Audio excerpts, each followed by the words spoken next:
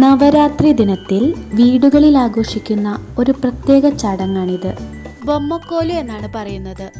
പൂജാ റൂമിൽ ബൊമ്മകളെ നിർത്തി ദേവലോകം പോലെ പൂജിക്കുന്നു. പൂർണ്ണ കുംഭമൊരുക്കി ദേവിയെ ആവാഹിച്ച് 9 ദിവസം പൂജിച്ചും കീർത്തനം പാടുകയും ചെയ്യുന്ന ചടങ്ങാണിത്.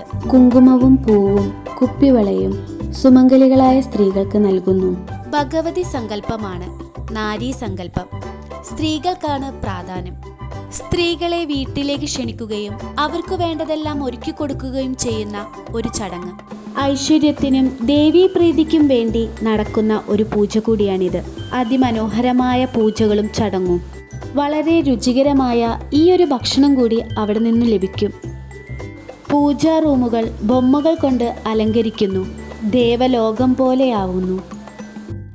ഭഗവതിയെ ആവാഹിക്കുന്ന ഈ പൂജയിൽ രക്തചന്ദനത്തിൽ കടഞ്ഞെടുത്ത മരപ്പാച്ചി ബൊമ്മകൾക്കാണ് ബൊമ്മക്കോലുവിൽ ഏറ്റവും പ്രാധാന്യം.